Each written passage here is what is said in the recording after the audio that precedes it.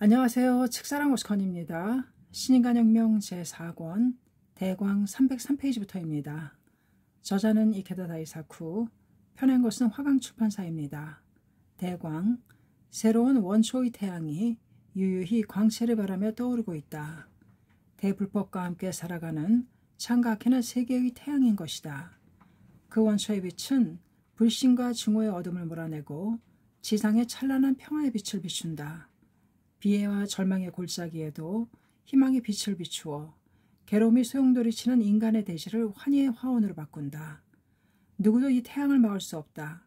검은 질투의 구름을 내려다보며 당당하게 자신의 궤도를 나아간다. 야마토 신이치는 유럽으로 향하는 제트기 창밖으로 지금 막 떠오르는 태양을 보고 있었다. 1961년 10월 4일 오후 10시 반에 하네다를 날아오른 비행기는 5시간 가까이 하늘을 날고 있었다. 제트기는 경유지인 미국 알래스카주의 앵커리지를 향해 비행하고 있었다. 비행기 아래로 펼쳐진 운해의 저편에 새빨간 태양의 모습을 드러내자 구름은 엷은 홍색으로 빛나고 하늘은 보라색으로 물들었다. 이윽고 태양은 황금을 녹여놓은 듯 엄숙하고 찬연히 빛나 그 대광원으로부터 무수한 빛의 화살이 시방으로 달렸다. 시시각각으로 하늘은 푸름을 더하고 새하얀 목화 같은 구름이 태양을 받아 반짝반짝 빛나기 시작했다. 신이치는 생각했다. 하나의 태양이 빛나면 전 세계가 비추어져 간다. 그것은 광선유포도 마찬가지이다. 한 사람이 일어서면 모든 벗을 지킬 수 있다. 그리고 사회의 어둠을 깨고 정의의 새벽을 알릴 수도 있다. 중요한 것은 진지한 한 사람이다. 필사의 한 사람이다. 또 태양은 만인의 흉중에 있다. 불법을 가진 동지는 모두 태양이 되어 벗의 행복의 길을 비추는 사람들이다. 이 유럽 방문으로 태양이 되어갈 인재를 몇 사람이나 발견하고 육성할 수 있느냐가 승부이다. 신이치가 탄 제트기가 급유를 위해 앵커리지에 도착한 것은 현지 시간 오전 10시, 일본 시간으로는 오전 5시였다. 약 1시간 후 앵커리지로 출발, 곧장 첫 방문국인 덴마크의 코펜하겐으로 향했다. 북극 부근을 비행하던 중 창밖은 밤의 장막이 감싸였다. 달이 밝게 빛나며 하늘을 비추고 있었다. 아름다운 월광이었다. 신이치는 홀로 자신의 심정을 왁하에 실었다. 북극의 눈부신 대월천, 아득한 지구의 광포를 염원하며 야마토 신이치 일행이 탄 제트기가 코펜하겐에 도착한 것은 현지 시간으로 5일 아침 7시경이었다. 일본 시간으로는 오후 3시가 넘는 시각이었다. 일본을 출발하여 17시간 정도가 경과한 것이다.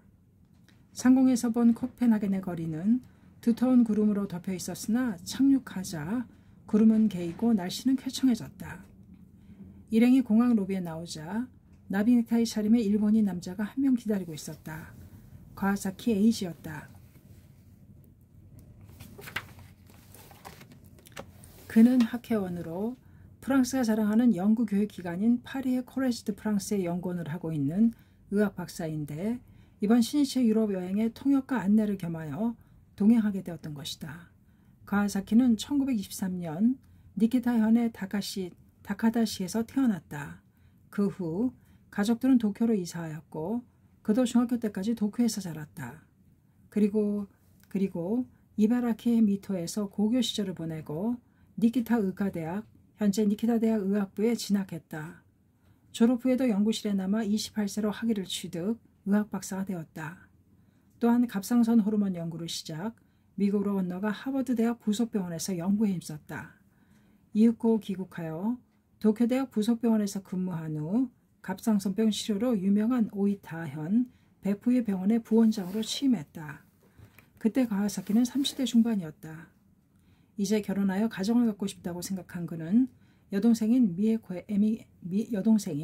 에미코에게 친구 중에 좋은 사람이 있으면 소개시켜달라고 부탁했다. 여동생도 부모님도 이미 학회에 입회해 있었다. 에미코는 오빠 에이지가 결혼하고 싶다고 하자 꼭 학회의 여자보험과 결혼시키고 싶다고 생각했다. 또 이 기회에 오빠도 신심할 수 있게 되었으면 하는 마음도 있었다. 에메코는 그때까지 몇 번이고 오빠에게 신심 이야기를 했지만 그는 상대하려고 하지 않았다. 가와사키는 하케에 대해 특별히 관심도 없었거니와 그렇다고 편견을 가진 것도 아니었다. 종교는 무엇이든 좋다고 생각하고 있었다. 단지 그 자신도 일에서는 그런대로 실적을 올리고 있었지만 마음 어딘가에는 항상 공허함이 남아 있었다. 에미코는 말했다. 내가 추천할 수 있는 사람은 모두 여자부원이에요. 그러니까 오빠만 괜찮다면 청년부를 보살펴주고 있는 하케의 야마모토 총무를 만나서 부탁해보면 어떨까요? 가와사키 에이지는 자신의 결혼 문제로 하케 간부를 만난다는 것이 어쩐지 겸연쩍었다. 그러나 여동생인 에미코의 권유로 상경했을 때 가와사키는 에미코와 함께 야마모토 신씨를 만나기 위해 하케 본부를 방문했다. 1959년 10월의 일이다.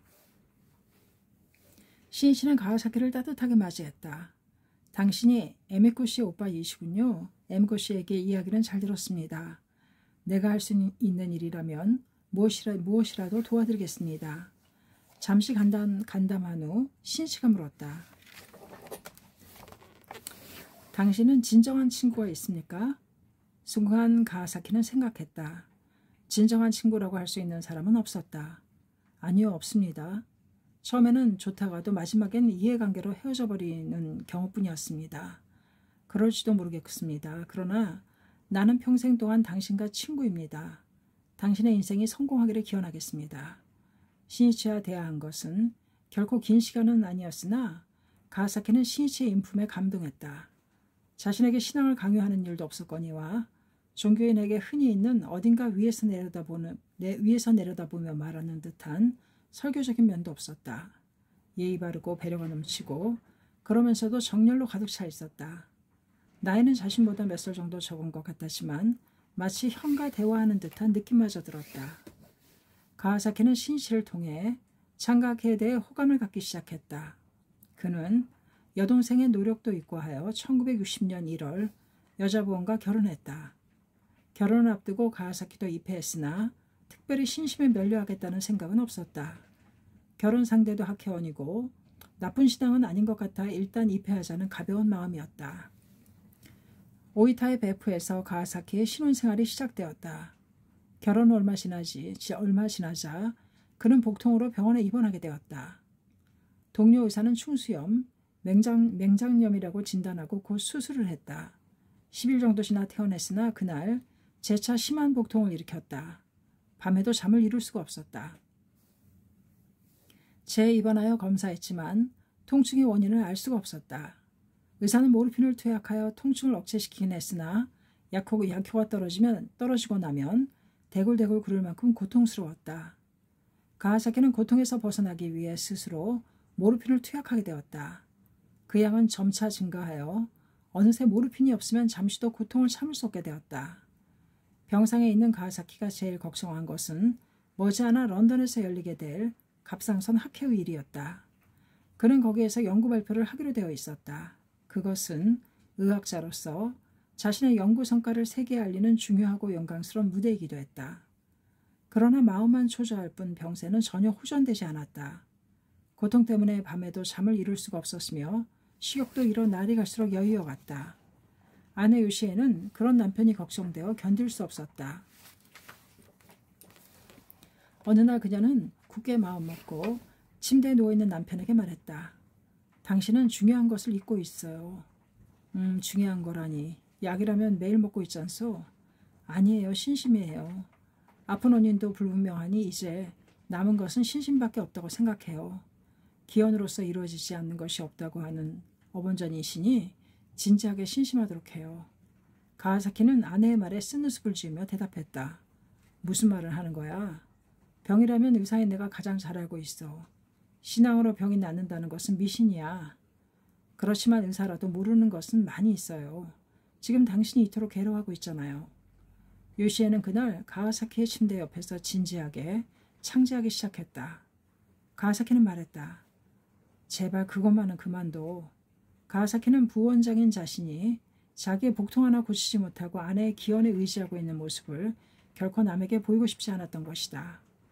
그러나 요시에는 필사적으로 창제를 계속했다. 그러자 불가사의하게도 가와사키의 고통은 가라앉았으며 편안하게 잠을 이룰 수가 있었다. 다음날 그는 자신이 먼저 아내에게 부탁했다. 오늘도 여기서 제목을 불러주지 않겠소? 저의 창제로도 잠을 이룰 수 있었으니 당신이 직접 창제하면 더 편안하게 잘 수 있을 거예요. 오늘은 함께 기원하지 않겠어요? 그날 밤은 둘이서 창제했다. 가와사키는 숙면을 취할 수 있었다. 그리고 다음 날이 되자 가와사키의 얼굴과 눈에 황달이 생겼다. 그것을 본 의사는 담석증일지 모른다고 생각하여 엑스레이로 촬영한 결과 큰 돌이 있다는 것을 알았다. 곧바로 수술할 필요가 있었다. 그러나 그렇게 되면 더욱 긴 입원 생활을 보내야만 하고 임박해 있던 런던에서의 갑상선 악회에는 참가할 수 없게 된다. 가와사키는 의사에게 수술 말고 다른 치료를 해달라고 부탁했다. 그러나 당시로서는 수술 외에는 효과적인 치료 방법이 없다는 것을 그 자신도 잘 알고 있었다. 가와사키는 지푸라기라도 붙잡고 싶은 심정이었다. 아내의 설득에 마음이 움직였는지 그는 이 기회에 진지하게 신심을 해보자고 생각했다. 매일 진지하게 창제에 면려했다. 처음에는 커피색 소변이 나왔으나 마침내 조금씩 엷어져 갔다. 그리고 런던으로 출발하기 직전에 엑스레이 촬영을 하자 놀랍게도 담석이 완전히 없어졌다. 이것이 신심의 힘인가? 그는 뛸 듯이 기뻐하며 런던으로 향했다. 갑상선악회에서의 연구 발표는 대성공으로 끝나 그 후 세계 저명한 대학과 연구소에서 초청이 들어왔다. 연구 생활에 들어가는 것은 가와사키가 염원하던 일이기도 했다. 1960년 5월에 회장에 취임한 야마모토 신이치는 이해 12월에 열린 오이타 지배의 결성대회에 참석하기 위해 오이타를 방문했다.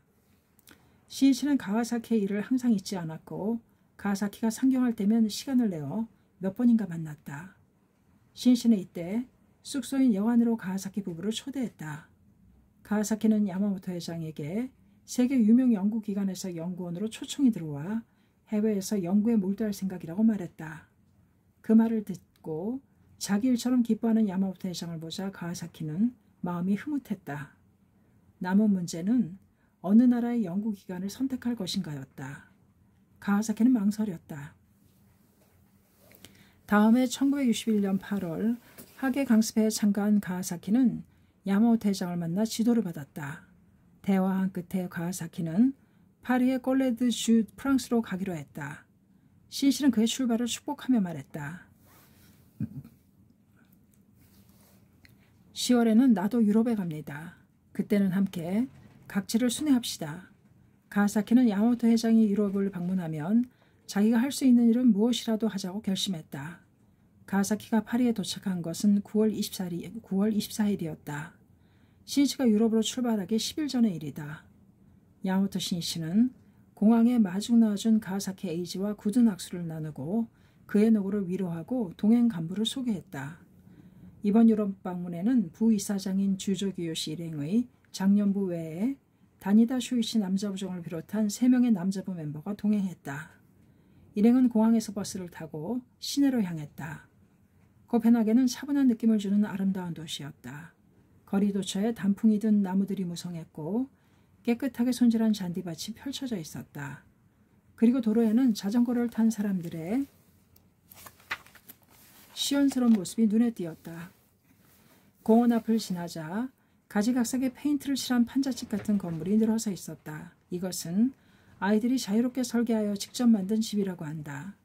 시에서 그것을 위해 장소를 제공했다고 한다. 신이치는 덴마크의 독특한 교육의 일부분을 엿본 듯한 기분이었다. 신이치는 마키쿠치스네 사부로가 저술한 창가 교육학 체계의 서문에 쓰여진 덴마크 부흥의 아버지 그룬투비와 그의 젊은 후계자 코를 떠올렸다. 이 두 사람의 교육자에 대해서는 일찍이 도다 조세이가 몇 번이고 신이치에게 말해주었다. 그룬투비는 덴마크가 자랑하는 세계적인 대교육자이며 포르케 호이스콜의 국민고등학교의 창설자로 알려져 있다.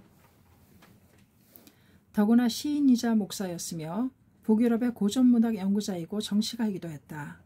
니콜라이 그룬투비는 1783년 수도 코펜하겐에 있는 셀란섬의 농촌에서 태어났다.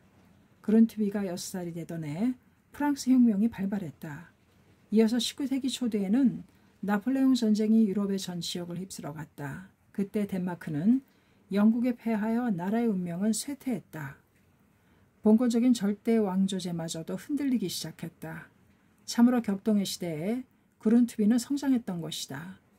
그는 인간의 자유와 독립을 구했다. 권위주의, 형식주의를 철저히 혐오했으며 성장함에 따라 기성의 권위와 대립하게 되었다.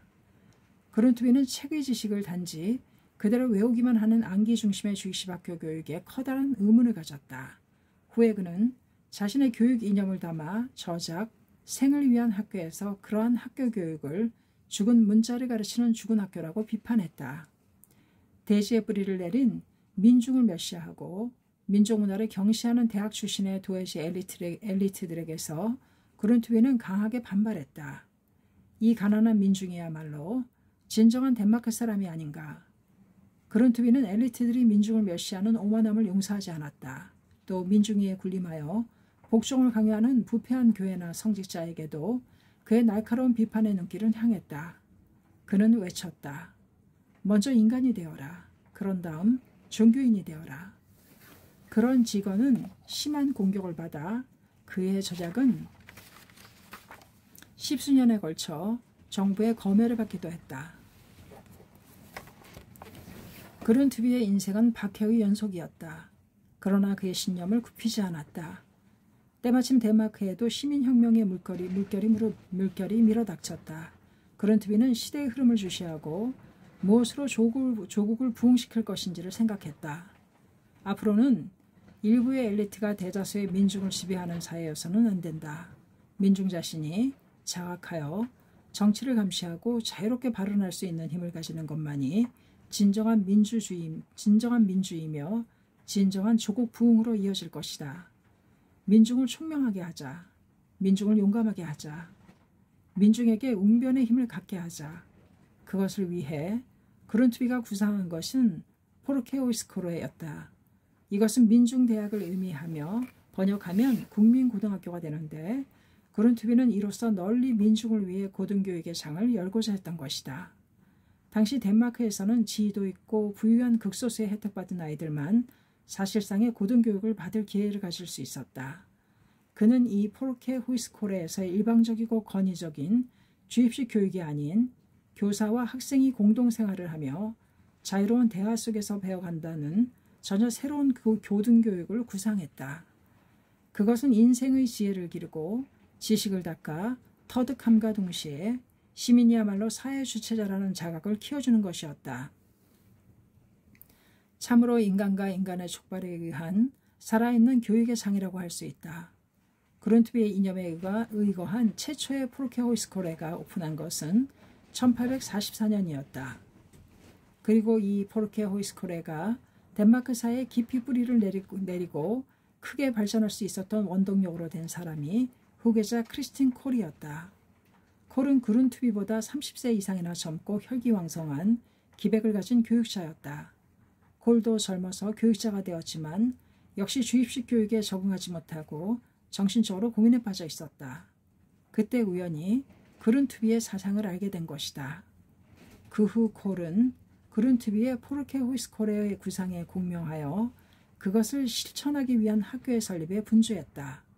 그러나 결코 유복하다가 할 수 없는 콜은 자금 조달이 어려워지자 그룬트비에게 원조를 요청했다. 한 번도 본 적이 없는 청년의 의뢰였지만 그룬트비는 그에게서 평범하지 않은 정열을 느꼈을 것이다. 그래서 콜에 대한 원조를 흔쾌히 승낙했다. 이렇게 하여 콜의 포르케호이스코레가 개교한다. 1851년의 일이다. 두 사람은 항상 솔직하게 의논하면서 같은 이상을 향해 힘을 합쳐갔다. 여성도 교육을 받을 권리가 있다는 그룬트비의 사상을 이어받아 최초로 여성의 입학을 인정한 것도 이 콜의 학교였다. 그룬트비에게 찬동하는 사람은 많았다. 그러나 그룬트비를 스승으로 정하고 그의 살아있는 말을 스승의 마음을 교육 현장에서 그대로 실천해 갔던 사람은 콜을 제외하고는 없었다고 한다. 콜은 생애 검소한 작업복 차림으로 끊임없이 청년과 그리고 서민과 대화했다. 그 모습에서 작업복을 입은 소크라테스라고 불리며 사람들에게 존경받았던 것이다. 이윽고 포르케호이스코레는 1860년대의 최초의 전성기를 맞이하게 된다. 이 시대는 실로 덴마크의 순환시대였다. 프러시아, 오스트리아와 싸워서 패배한 덴마크는 많은 영토를 잃었다. 이때 덴마크는 밖에서 잃은 것을 안에서 찾자고 하며 조국 부흥을 목표로 미 개척 황무지가 많은 유틀란트, 율란반도에서 식림운동을 개시했다. 그리고 그룬트비가 씨를 뿌린 포르케 호이스코레라는 교육의 숲도 덴마크의 각지에 넓혀져 조국 부흥을 담당할 인간의 대수를 키우는 힘으로 되었던 것이다. 당시 새로 개설된 포르케 호이스코레를 담당했던 사람들 대부분이 콜 학교의 출신자였다고 한다. 이 때문에 그룬트비는 포르케 호이스코레의 아버지 그리고 콜은 어머니라고 부른다. 마키쿠치스네 사부로는 창가 교육학 체계의 서문에서 이 책의 발간은 사랑하는 제자 도다 조세이의 분투 없이는 있을 수 없었다며 그 감사의 심정을 그룬트비와 콜이라는 사제의 모습에 비유하여 이야기했다. 마키쿠치와 도다의 교육관, 학교관도 인간을 만든다, 총명한 민중을 만든다는 점 등에서 그룬트비와 닮았다. 야마모토 신이치는 창문 밖으로 코펜하겐 거리를 바라보며 자신도 콜처럼 선사 마키쿠치스네 사부로 은사 도다 조세이의 교육 이상을 이어받아 하루빨리 창가 교육을 실현할 학교를 설립해야만 한다고 생각했다. 이윽고 일행은 호텔에 도착했다. 모두들 이젠 조금은 휴식을 취할 수 있겠구나 하고 생각했으나 호텔 프런트에서 정오가 지나야만 체크인할 수 있다는 것이었다. 주조 기요시는 떨떠름한 표정으로 신이치에게 말했다. 선생님, 피곤하실 텐데 대단히 죄송합니다만 아무리 말해도 안 된다고 합니다. 인정이라고는 전혀 없습니다. 신이치는 웃으면서 주조를 달랬다. 호텔 사정도 있으니 어쩔 수 없겠군. 집만 맡겨놓고 아침 식사를 마치거든 시내를 견학하러 갑시다. 신이치는 그리고 나서 무사히 도착했다는 정보를 일본에 보냈다. 코펜하겐에 무사히 도착, 부재중 부탁, 야마모토. 신이치가 곧바로 코펜하겐 거리를 견학하자고 제안한 것은 대객전의 식기품 등을 구입하기 위해 주요 상점을 미리 조사해둘 필요가 있었기 때문이다. 거리에 나온 일행은 직기품을 구입할 상점을 비롯해 시청과 경찰서, 고령자 아파트, 코펜하겐의 발성지라고 불리는 크리스찬보르 성, 아말리엔보르 궁전, 안데르센의 동화로 알려진 인호 공주의 동상 등을 둘러보았다. 거리의 한 모퉁이에는 코펜하겐의 옛날 집들이 늘어선 거리를 재현한 모형도 있었다. 또한 그 당시 복지국가라고 칭하던 북유럽의 여러 나라 가운데 하나인 덴마크 역시 그 명성 그대로 고령자 아파트의 설비도 일본의 아파트는 비교도 안 될 만큼 잘 정비해 놓았다. 수도는 그 나라의 얼굴이라 해도 좋다. 그 거리의 표정에는 문화가 있고 정치가 있으며 민중의 마음이 있다. 신이치는 이 땅에도 머지않아 지용보살이 출현하기를 바라며 마음속으로 계속 제목을 불렀다. 일행은 정오에 호텔로 돌아와 겨우 체크인할 수 있었다. 호텔방에 들어서자 야마모토 신이치는 곧바로 일본에 있는 동지들에게 편지를 썼다. 잠시 후 동행 간부들이 신이치의 방으로 왔다. 그리고 업무상 코펜하겐에 와 있던 시오다 게이조 주코쿠 남자부 제2부장이 방문하고 싶다며 전화를 해왔다는 것을 신이치에게 전했다. 시오다는 야타 제철소의 야마구치현 히카리시에 있는 공장에서 기술자로 근무하고 있었는데 파리에서 열린 철강관계 국제회의에 공장장과 함께 참석한 후 돌아가는 길에 코펜하겐에 들렸던 것이다. 신이치는 말했다. 그렇습니까? 바쁜 출장지에서 시간을 내어 나를 만나러 와준다니 그 마음이 기쁘지 않습니까? 신이치는 일본에서 출발하고부터 거의 쉴 수가 없었다. 건강을 생각하면 휴식을 취할 필요가 있었다. 그러나 신이치는 그보다도 한 사람의 청년을 만나 전력으로 격려하고 싶었다. 모두 시오다군을 환영합시다. 신이치가 말하자 가와사키 에이지가 입을 열었다. 선생님, 사람을 만나시기 전에 천천히 쉬시는 편이. 가와사키는 의사로서 신이치의 몸을 걱정하고 있었다. 걱정해줘서 감사합니다. 하지만 괜찮습니다. 동지를 위해 광선유포를 위해 살아가는 것이 나의 사명입니다. 그리고 사명을 완수한다는 것은 목숨을 사용한다는 뜻입니다. 그런 결의가 없으면 학회 리더가 될 수 없습니다. 신이치의 말은 가와사키에게 큰 충격을 주었다. 가와사키는 신이치를 학회 회장으로서 존경하고는 있었지만 신앙의 경력도 얕고 학회 정신도 잘 몰라 동지를 생각하는 신이치의 깊은 마음까지는 알 수 없었다. 가와사키는 의사로서 사람들을 위한 헌신의 의미와 기쁨은 알고 있었다.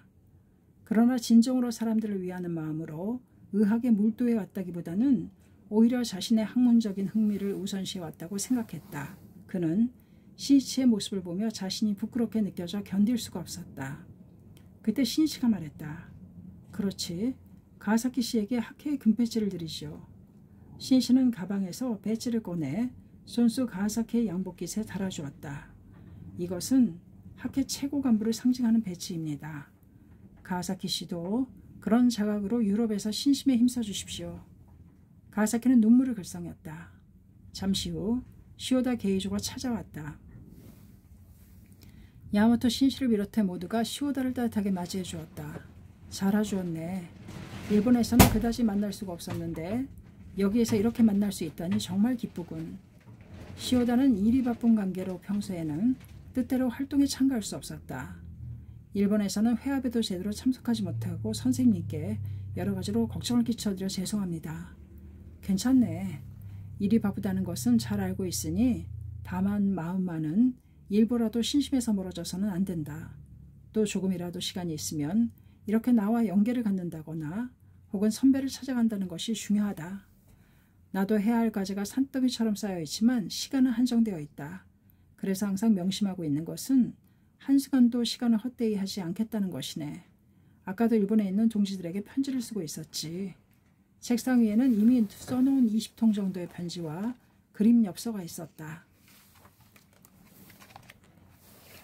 그것은 시오다의 가슴에 용기의 불꽃을 타오르게 했다. 나만 바쁜 것이 아니다. 선생님은 누구보다도 바쁘시지만 이렇게 투쟁하고 계신다. 나도 도전을 잊어서는 안 된다. 이 신이치의 행동에 감동한 것은 시오다뿐만이 아니었다. 가와사키 에이지도 마찬가지였다. 벗의 격려에 철저한 야마모토 신이치의 삶에 그는 큰 감동을 받았다. 신이치는 다시 말을 이었다. 시오다군, 인생은 긴 듯해도 짧다. 하물며 청년 시절은 눈 깜짝할 사이에 지나가 버린다. 지금 학회는 미래를 향해 대도약을 하려고 한다. 강선유포에 대투쟁을 할 때가 도래한 것이다. 때는 지금이다. 50년 후가 되어 자 싸우자라고 해도 별다른 역할은 할 수 없다. 대성인께서도 일생을 헛되이 보내고 만세에 후회하는 일이 없을지어다라고 말씀하셨다. 일도 바쁘고 힘들이라 생각하지만 자네도 일어서야 할 때이다. 자네답게 모든 것을 연구하면서 자기가 아니면 할 수 없는 싸움을 개시하는 것이다. 그 속에서 자기 단련도 있고 자기 자신도 단련되고 인간으로서 대성할 수 있으며 영원한 복운을 쌓아갈 수도 있다. 신씨는 시오다가 가지고 있는 구도의 마음을 느끼고 있었기 때문에 굳이 그에게 더 한층의 발심을 촉구했던 것이다. 그 후 신이치는 동행 간부와 함께 시오다 게이조를 데리고 집기 구입에 나서 촛대와 책장, 도자기류 등을 세밀하게 둘러보았다. 그러던 중 신이치는 아름다운 그림 접시 등으로 장식된 상점 하나를 발견하고 그곳에서 그림 접시 몇 개를 샀다. 선물입니까? 동행한 멋이 물었다.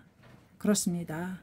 돌아가신 규시의 시바야타 미요코 씨가 제 꿈은 유럽으로 불법을 넓히러 가는 것입니다. 라고 한 말도 있고 해서 시바야마는 규시의 제일 총지부 부인부장이었으나 4개월 전에 심장마비로 갑자기 세상을 떠났다. 신씨는 조용히 말을 이었다. 그러나 시바야마 씨는 유럽 땅을 밟지도 못하고 세상을 떠나고 말았습니다. 실은 함께 데려오고 싶었습니다. 그래서 하다못해 남아있는 아이들에게만이라도 어머니가 하고 싶어 했던 유럽의 토산품을 선물하려는 것입니다. 모두 자칫하면 죽은 사람의 일은 쉽게 잊어버리게 된다. 그러나 나는 함께 싸우고 고생을 같이 한 동지를 결코 잊을 수가 없습니다. 더구나 뒤에 남은 가족이 있다면 더욱 그렇습니다. 나는 그러한 가족을 생애 끝까지 지키고 싶은 마음입니다. 언제나 행복을 기원하고 있습니다. 참된 진심의 세계, 인간의 세계가 학회이니까요. 그러자 세이쿄 그라프의 편집부장이자 세이쿄 신문사의 기자로 동행하고 있던 스가이 후미야키라는 청년이 짐작가는 데가 있다는 듯 신이치에게 말했다. 그래서 선생님은 9월에 청년부 합동 추선도배를 하신 것이군요. 신이치는 9월 11일 광포의 두상에서 젊은 나이로 세상을 떠난 동지들의 추선 법요를 실시하고 유족들을 격려했던 것이다. 그렇습니다. 존귀하고 소중한 동지들이니까요. 광선유포에 살아가는 우리는 3세 영원히 함께합니다. 생사를 초월한 영원한 동지이며 또 묘법으로 맺어진 영원한 가족입니다. 학회의 단결은 그 마음으로 이루어져 있기 때문에 강한 것입니다. 현대사회에서 진정으로 인간과 인간의 마음을 맺어갈 수 있는 것은 학회뿐일 것입니다. 회합 등의 행사 보도와 함께 그러한 가장 아름다운 학회의 마음을 세계에 어떻게 표현해 갈 것인가도 앞으로 세이쿄의 과제가 아닐까요? 스가이는 고개를 크게 끄덕였다. 주변은 차츰 어두워지기 시작했다.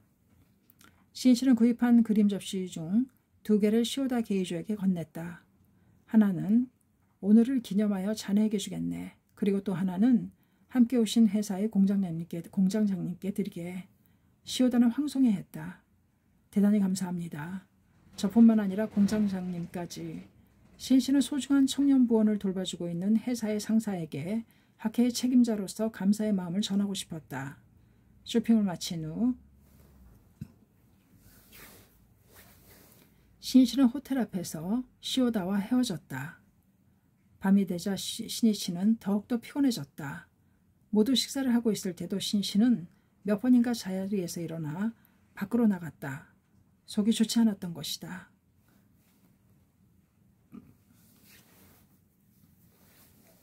호텔방에서 의사인 가하사키 에이지에게 비타민제 주사를 놔달라고 부탁했으나 공교롭게도 가하사키는 주사기도 주사약도 갖고 오지 않았다. 다음 날도 일행은 아침부터 행동을 개시 분주하게 하루를 보냈다. 그리고 그 다음 날 아침에는 당시 서독의 디셀도르프로 향했다. 2시간 정도의 비행이다. 코펜하겐은 쾌청했으나 비행기가 서독 상공에 진입했을 때부터 점차 구름이 끼기 시작하더니 디셀도르프에 가까워질수록 구름도 점점 두터워졌다. 신이치 일행은 디셀도르프 공항은 날씨 관계로 착륙하지 못하고 비행기가 회항하는 일이 많다고 들었으므로 무사히 도착할 수 있을지 걱정되었다. 하지만 탑승기는 점차 고도를 낮추기 시작했다. 활주로에 아스팔트가 빛났다. 비가 내려서 활주로가 젖어 있었기 때문이다. 그러나 착륙했을 때에는 비는 개이고 구름 사이로 햇빛이 반짝이고 있었다. 신실은 날씨가 좋아진 것에 감사했다. 공항에는 몇 사람이 마중 나와주었다. 그중 한 쌍은 도자 조세이의 친구인 오자와 기요시 변호사의 딸과 그 남편인데 이 부부는 남편의 일 관계로 서독에 체지하고 있었다.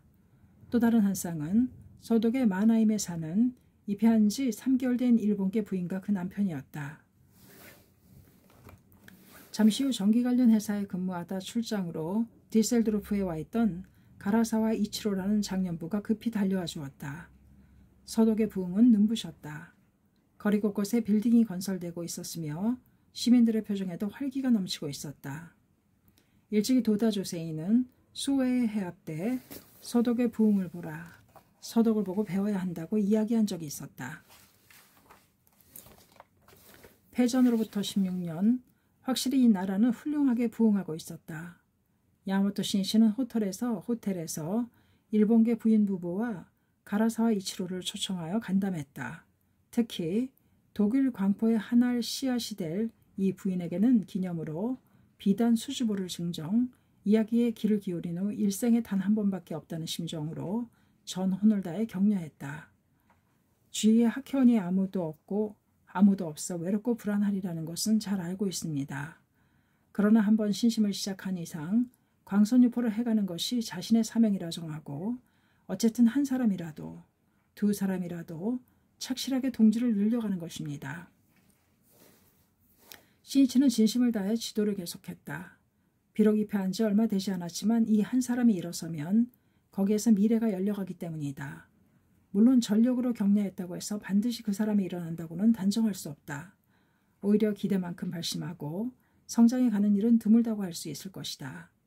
그러나 그럼에도 불구하고 더욱더 모두 지용보살, 모두 인재라고 확신하고 목숨을 깎는 듯한 심정으로 격려해가는 것이 간부의 책임이다. 그것을 거듭하는 속에서 진정한 인재가 육성된다. 시니치 일행은 멤버들이 돌아가자 거리로 나섰다. 서독에서는 학회원의 소개로 어느 기업의 주재원이 독일어 통역과 안내를 겸하여 동행해 주기로 했다. 그 주재원의 안내로 시내를 둘러보았다. 라인강을 따라 펼쳐진 이 디셀도르프는 루르 대공업시대를 낀 서독 북서부의 상거래 중심지이다. 또 시인 하이네가 태어나고 음악가 브람스, 슈만, 멘델스존이 자란 땅이기도 하다. 플라타너스와 마로니의 가로수가 이어지는 아름다운 거리가 문화의 향기를 느끼게 했다. 시청 옆에 위치한 마르크트 광장에는 말을 탄 남성의 동상이 세워져 있었다. 안내를 하던 주재원이 설명해 주었다. 이것이 18세기 초에 세워진 이곳의 영주 요한 비렐름의 동상입니다. 사람들은 친근함을 담아 얀 베렘이라고 부릅니다. 요한 비렐름은 훌륭한 정치를 했던 영주로서 알려져 있다. 신성로마 제국 황제의 선거에 참여할 수 있는 권리를 가진 선제후인 비렐름은 오페라 하우스를 세우고 궁정화가나 음악가를 소중히 하여 예술 진흥에 기여했을 뿐만 아니라 정기적으로 신문을 발간하고 가로등을 설치하기도 했다. 당시 비렐름이 설치한 가로등의 수는 파리에 있는 것보다도 많았다고 한다. 또 항상 민중과 친교를 나누는 것을 잊지 않고 민중 속으로 들어가 함께 맥주를 마시면서 쾌활하게 서로 이야기를 했다고 전해진다. 이 마르크트 광장의 비렐름 동상은 그가 생전에 세우게 한 것인데 이것을 제작한 사람은 당시 유명한 조각가였던 그루페로였다. 주재원이 동상을 바라보며 말했다. 실은 이 동상의 제작에 관한 이런 일화가 있습니다. 동상이 주조될 때 구리가 조금 모자랐는데 그 이야기를 들은 마을 사람들은 서둘러 집에서 구리로 된 그릇 등을 가지고 왔습니다. 모두 요한 비렐름을 자랑스럽게 여기며 흠모하고 있었기 때문입니다. 이윽고 동상이 완성되자 사람들은 아침 해에 빛나는 동상을 보고 모두 절찬하며 크게 기뻐했다고 합니다. 그런데 그것이 증오스러워 견딜 수 없던 사람들이 있었습니다. 이 동상의 제작을 맡고 싶었던 사람들이었습니다. 그래서 질투심 때문에 동상에 대해 온갖 트집을 잡기 시작했습니다. 말에 힘이 없다. 코의 생김새가 이상하다. 장하가 나쁘다. 사람들은 그 비난이 타당한지 어떤지는 잘 몰랐으나 너무도 비난이 심했기 때문에 더 이상 동상을 칭찬하지 않게 되었습니다. 그러자 그루페로는 동상 주변에 판장을 두르고 제자들과 함께 그 안으로 들어갔습니다. 작업이 시작된 것처럼 안에서 망치 두드리는 소리와 무엇인가를 깎아내는 소리가 들려왔습니다. 그리고 2~3주가 지났을 때 판장이 제거되었습니다. 그러자 맹렬하게 악고를 퍼붓던 자들도 더 이상 트집을 잡지 않게 되었습니다. 사람들은 다시 절찬하였고 비난했던 자들까지도 함께 칭찬하기 시작했던 것입니다. 비렐름은 어느 곳을 고쳤는가라고 그루페로에게 질문했습니다. 그루페로는 대답했습니다. 동상은 고치지 않았습니다. 원래 그대로입니다. 이것으로 악고를 퍼붓던 자들의 생각을 아셨을 것이라 생각합니다. 라는 이야기입니다. 주재원으로부터 그루페로의 일화를 들은 후 야마모토 신시는 말했다. 재미있는 이야기군요. 주위의 평가란 자주 그렇습니다. 장각해도 지금까지 아무런 근거도 없이 억지 비난이나 중상모략을 수없이 받아왔습니다. 결국 그런 것들은 학회의 전진을 두려워하고 질투하는 사람들이 고의로 퍼뜨린 것일 뿐입니다. 그러나 일부 매스컴에서 그러한 것들을 써대면 사람들은 스스로 진실을 확인하려고 하지 않고 모두 매스컴과 같은 말을 하게 됩니다. 또 학회를 보고 훌륭하다고 생각하던 사람도 자신의 생각을 말하지 않게 되는 경우가 있습니다. 바람 부는 대로 흘러가 버리는 그런 연기와 같은 비판에 일이 이루한다면 큰일은 할 수가 없습니다. 나는 100년 후, 200년 후에는 전 세계가 학회의 진가를 알게 될 것이라 생각합니다. 모든 것은 후세의 역사가 증명할 것입니다. 일행은 마르크트 광장에서 라인 강가로 왔다. 여기에서 신이시는 돌을 주워 모았다. 대객전의 주기둥이 될 콘크리트 토대에는 세계 광선 유포의 의미를 담아 세계 각지의 돌을 묶기로 되어 있었던 것이다. 돌을 수집한 후 일행은 라인 강가에 잠시 멈춰 서 있었다. 그때 동행한 멤버 중 한 사람인 남자부 간부 그로키 아키라가 신씨에게 말했다. 이렇게 라인강을 보고 있자니 하이네가 지은 로렐라이의 노래가 생각납니다. 그로키는 검은 표범을 연상케 하는 늠름한 풍모의 와세다 대학 영문학과를 나온 문학 청년으로 영어가 아주 능숙했다. 신이치는 고개를 끄덕이며 말했다. 그렇군. 로렐라이라는 시의 무대는 좀 더 상류 쪽이지만 라인강은 시정을 느끼게 하는군. 언젠가 로렐라이의 전설이 어린 땅에도 찾아가 보고 싶지만 이번에는 그럴 여유가 없었다.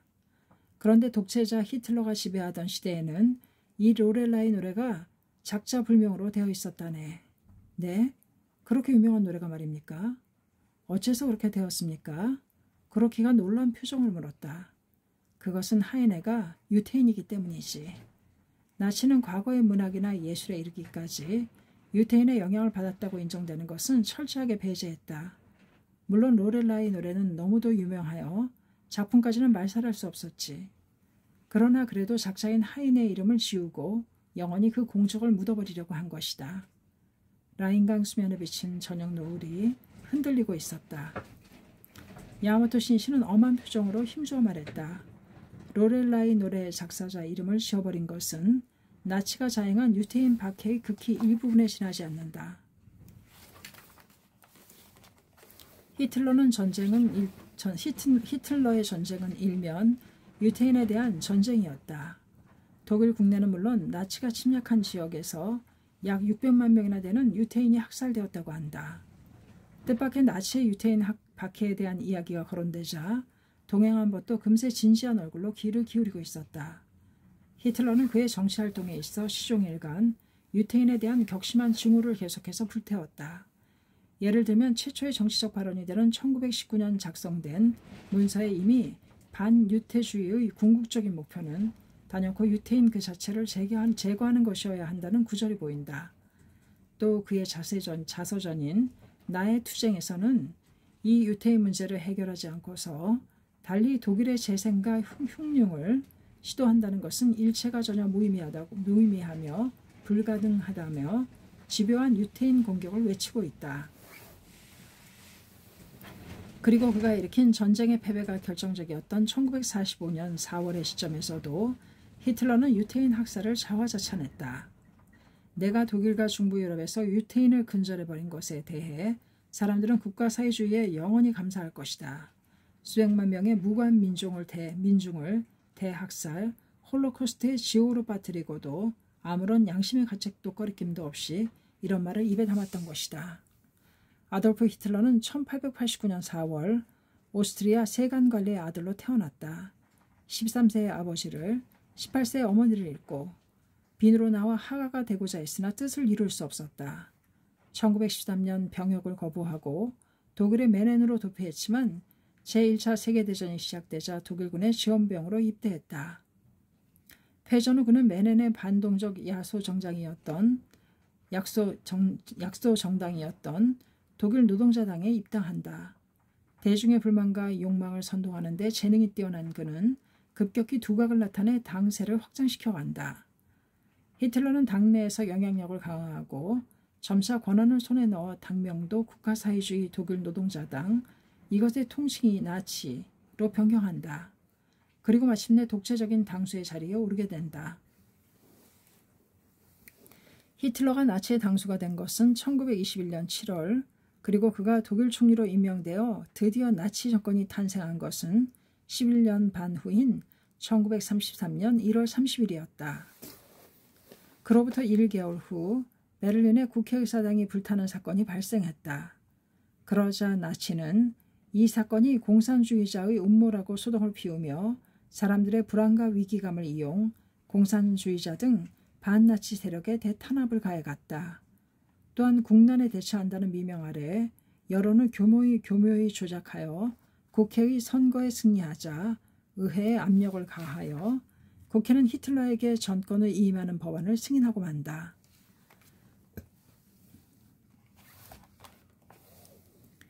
이어서 나치 이해의 정당을 해산, 금지하고 다음해 8월에 히틀러는 수상가 대통령을 겸한 총통에 취임했다. 이렇게 하여 독일 제3제국 히틀러 독재의 암흑시대가 시작된 것이다.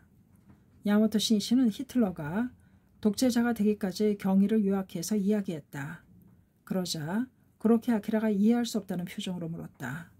그런데 어째서 히틀러의 독재를 허용한 것일까요?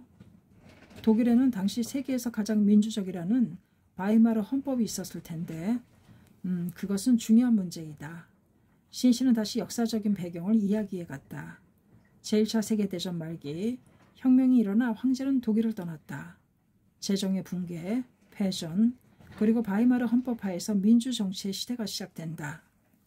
그러나 오랫동안 봉건적인 체제에 익숙해져 있고 근대 시민국가로서의 전통도 얕은 독일에서는 헌법의 이상주의적 이념에 비해 사회의 실태는 아직 가부장적인 봉건주의가 뿌리 깊었다. 결국 즉 민주라는 시대의 흐름에 대한 사람들의 의식이 뒤져 있었다고 할 수 있다. 더구나 독일은 베르사유 조약으로 막대한 배상을 하게 되었다. 그것은 독일 경제에 대단히 무거운 부담이 되었을 뿐만 아니라 결과적으로 심각한 경제 위기를 초래하고 민중 생활을 피폐하게 만들었다.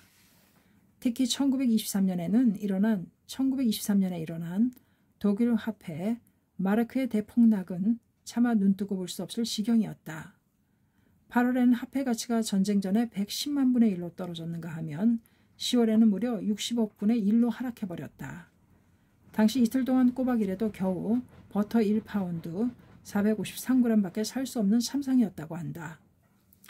이러한 경제 파탄이 국민 생활을 궁지로 몰아넣었다. 경제 혼란에 의한 생활고 속에서 보수 세력과 대중들은 그 불만의 배출구를 유태인에게 돌려 그들을 집중적으로 비난했다. 당시 독일에는 전 인구의 약 1%에 해당하는 50여만 명의 유태인이 살았다고 한다. 유태인은 오랫동안 유랑을 강요당하면서도 독자적인 종교적 공동체를 끝까지 지켜왔다. 그러나 기독교 사회에서 유태인은 이질적인 존재로 취급되어 일반 시민과 동등한 대우를 받지 못하고 조세나 직업, 결혼 등 생활 전반에 걸쳐 철저하게 차별받았다. 거주지도 시민과 분리되어 게토라고 하는 성벽 밖의 강제 거주지구로 한정되었다. 게다가 전염병이 유행하면 유태인이 우물에 독을 넣었다고 하여 학살하기도 하고 또 유태교에서는 어린아이를 산제물로 한다고 하여 박해를 가하기도 했다. 유태인은 이렇게 속삭일 수밖에 없었다. 바다의 깊이와 유태인의 고뇌의 깊이는 알 수 없다. 유태격언. 그들이 겨우 인간다운 권리를 얻은 것은 근대 프랑스 혁명 시대로 접어들면서였다. 그러나 시민사회의 형성이 늦어진 독일에서 유태인이 시민권을 획득한 것은 19세기 후반이었다. 그러나 그것도 극히 불안정했으며 반유태주의자들은 유태인의 종교적 공동체를 국가 안의 국가라고 하며 위험시했다. 결국 유태인의 충성은 그들만의 국가 안의 국가에 대한 것이므로 유태인들이 기독교 국가에 충성할 리가 없다는 것이다. 유태인이 서로 강하게 결속했던 것은 확실하지만 실제로 그들은 독일 국민으로서 열심히 국가에 공헌하려고 했다. 그럼에도 불구하고 유태인이 유랑의 역사 속에서 세계 산지하며 국가를 초월해 국제적으로 결속하고 있었기 때문에 국제 유태주의라며 지극히 위험하다고 선전되었다. 그리고 제1차 세계대전으로 독일 경제가 위기에 처하자 일부 유태인 중에 재계인이 있다는 이유로 근거 없는 소문이 퍼지기도 했다. 유태인이 돈을 많이 벌려고 전쟁을 일으켰다. 전쟁터에 나가 싸운 것은 독일인이고 그늘에서 사회를 조종하고 단물을 빨아먹은 것은 유태인이다. 그러나 제1차 세계대전에서 독일에 있는 많은 유태인은 독일을 위해 피를 흘렸다. 이 전쟁에서 유태인은 실로 2할에 해당하는 10만 명이 종군하였고 그 전사자는 1만 2천 명이나 되었다고 한다. 히틀러가 정치활동을 개시한 것은 이처럼 독일 국내의 유태인에 대한 이유 없는 반발이 고조되고 있던 시기였다. 히틀러는 아리아 인종이 다른 모든 인종보다 우월하다고 논하고 그 정점에 독일 민족이 있다고 했다. 그리고 노예적 조약인 베르사유 조약을 파기하고 독일 민족에게 걸맞는 생존권의 확보와 영토 확장을 호소해갔다. 또 한편으로 히틀러는 유태인이 아리아 인종의 순수성을 침해하고 독일의 세태를 초래하는 열등 인종이라며 철저히 배척할 것을 주장했다. 그러나 원래 유태인종이나 아리아 인종이라는 인종 자체는 존재하지 않았다. 반유태주의는 실로 정치적인 인종차별주의였다. 오늘날 이스라엘 귀환법의 정의에 의하면 유태인이란 유태인 어머니에게서 태어난 사람 및 유태교로 개종한 사람을 가리킨다. 결국 유태교에 근거한 독자적인 종교, 문화의 전통을 공유하는 사람들을 말하는 것이다. 그러나 히틀러는 유태인은 결코 종교가 아니라 인종이다라고 강변하고 온갖 거짓말을 날조해갔다. 그 대표적인 것이 유태인이 독일을 지배하려고 한다는 것이다. 히틀러는 유태인은 종교라는 이름으로 자신들의 정치적 야망을 숨기고 있다. 나는 이 유태인의 야망을 쳐부술 뿐이다 라고 말하며 탄압을 정당화하였고 또 이렇게 선전했다. 유태인은 기생충이며 그 금융 자본의 힘으로 노동 없이 큰 이익을 얻고 있다. 흡혈충처럼 독일인의 털구멍에서 피를 빨아먹고 있다. 현세주의자인 유태인은 오로지 돈과 권력을 추구하고 그것을 위해서는 어떠한 수단도 가리지 않는다. 유태인이야말로 우리들의 모든 고뇌의 원인이기 때문에 빈대처럼 제거하지 않으면 우리가 먹히고 만다. 위험한 사태는 사람들이 깨닫지 못하는 사이에 진행되고 있었다. 이미 유태인은 정치, 경제, 관계, 학술계 등 모든 분야에 잠입하여 배후에서 조종하고 있다. 지금 바이마르 정부도 의회도 유태인의 앞잡이이다 라고. 이러한 것들은 모두 악의의 헛소문이었다. 그러나 이러한 헛소문도 반유태주의의 풍조 속에서 거짓말도 100번 하면 진짜가 된다고 할 정도로 반복 선전되어 거대한 힘을 가지게 되었다. 권력의 마성의 포로가 되어 독일을 나아가 세계를 지배하려는 야망을 품고 있었던 것은 히틀러 자신이었다. 그러나 히틀러는 그것을 그대로 유태인에게 뒤집어 씌웠던 것이다. 사악한 권력자가 흔히 이용하는 비열한 배척의 수법이라고 해도 좋다. 히틀러가 선전한 것을 구체적으로 검증해보면 어떻게 될까? 예를 들어 유태인의 앞잡이라고 비난 중상을 받은 바이마르 정부도 히틀러가 정권을 장악하기까지 14년간 강요의 수는 총 400명 가까이 달했으나 이 중 유태계 장관은 겨우 5명에 지나지 않았다. 게다가 모두 단기간에 교체되었다. 유태인이 조종하고 있다고는 도저히 생각할 수 없다. 또 일부 유태인의 금융업계에서 영향력을 가지고 있었던 것은 사실이지만 거기에는 역사적인 배경이 있다. 중세 이래 돈을 빌려주는 것을 생업으로 하지 못하도록 기독교 교회가 교도에게 금지시켰기 때문에 차별받으며 직장을 구할 수도 없었던 유태인은 부득이 그것을 생업으로 해온 것이다. 좋아서 금융업계를 겨냥했던 것도 아니며 사회를 지배하려고 한 것도 아니다. 그리고 유태인이 학술과 예술 등에서 많은 위인을 세계에 배출해온 것은 사실이다. 예를 들면 노벨상이 제정되고부터 히틀러 정권이 탄생하기까지 독일 국적의 수상자는 38명에 이른다. 그중 상대성 이론으로 잘 알려진 세계적인 물리학자 아인슈타인 등 11명이 유태계였다. 전체의 3할에 해당하는 인원이다. 그러나 이것도 유태인이 교육을 소중하게 여겨온 덕택이었다. 박해받고 거주지에서 쫓겨나도 교육만 받는다면 어디에서든 살아갈 수 있기 때문이다. 실로 온갖 고난의 폭풍우를 디딤돌로 하여 다대한 노력을 거듭해왔던 것이다. 이러한 교육의 전통이 우수한 재능을 낳는 토양으로 되었던 것이다. 또 그러한 우수한 지성은 유태인 사회뿐만 아니라 독일 사회 전체를 나아가서는 인류를 풍요롭게 하는 것이었다고 할 수 있다. 편협한 유태인 징후는 이러한 정신적인 재산조차도 거부한 것이다. 또한 히틀러는 유태인이 모의한 것을 기록한 것이라며 예전에 유포했던 시온 의정서라는 위조 문서까지 들고 나와 유태인이 세계를 지배하려는 음모를 꾸미고 있다고 공격했다. 출처 분명의 개 문서에 의한 중상이다. 이것 또한 부당한 탄압을 가할 때 권력자가 사용하는 상투적 수단이라고 해도 좋다. 게다가 히틀러는 유태인이 의정서를 집요하게 부정하는 자체가 이 글의 진실성을 증명한다고까지 했던 것이다.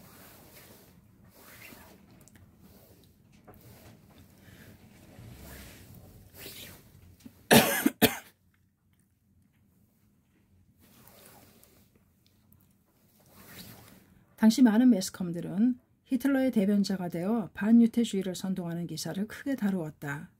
그것이 얼마나 진실과 동떨어진 것인지 말해주는 이런 유머가 전해진다. 한 유태인 남자가 나치계의 신문을 왠지 만족스러운 얼굴로 읽고 있었다. 어째서 그런 신문을 읽는 거지? 다른 유태인이 묻자 그 남자는 말했다. 유태계 신문은 온통 유태인이 박해당한다는 이야기뿐이지만 이 신문에는 우리가 최고 부자이며 세계를 지배한다고 쓰여있기 때문이지. 하여튼 히틀러는 자기 마음에 들지 않는 것은 전부 유태인과 결부시켰다. 민주주의도, 의회주의도, 자유주의도, 국제주의도, 또 사람들의 자유와 평등을 높이는 인권사상도 모두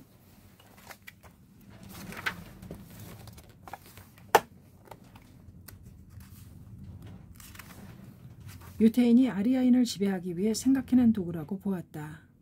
그러나 그처럼 강대한 지배자 유태인이 어디에 있다는 것인가. 결국 히틀러의 망상에 지나지 않는다. 그럼에도 불구하고 그의 편견과 차별의식으로 가득 찬 망상은 문자 그대로 광기의 폭주를 시작하고 말았다. 이렇게 만들어진 허구의 유태인 문제를 최종 해결하기 위해 히틀러는 유태인 배제를 외치며 마침내는 아우슈비츠로 대표되는 유태인 말살 계획에까지 이르게 했던 것이다. 이 무슨 광기인가? 이 무슨 참극인가? 히틀러 정권에 항의하여 미국에 망명했던 물리학자 아인슈타인은 그런 박해자의 심리를 다음과 같이 예리하게 분석하고 있다. 유태인에 대한 증오감은 민중의 계몽을 몹시 싫어하는 사람들에 의한 것입니다. 이런 종류의 사람들은 그 어느 것보다 사람들이 지적인 독립정신이 풍부한 사람들에게 감화되는 것을 두려워하고 있습니다. 나치는 유태인을 나치의 도그마를 비판 없이 받아들일 수 없는 하나의 비동화적인 요소로 간주하였고 따라서 나치는 유태인이 존재하는 한 대중의 광범위한 계몽을 유태인이 계속 주장함으로써 자신들의 즉 나치의 권위가 위협당한다고 생각하고 있습니다. 이러한 지적처럼 권력에 사로잡힌 사람은 민중이 현명해져 자신들의 생각대로 되지 않는 것을 무엇보다도 두려워한다. 그러므로 권력은 민중을 자학시키고 자랍시키려는 종교나 운동을 철저하게 배제하려고 하는 것이다.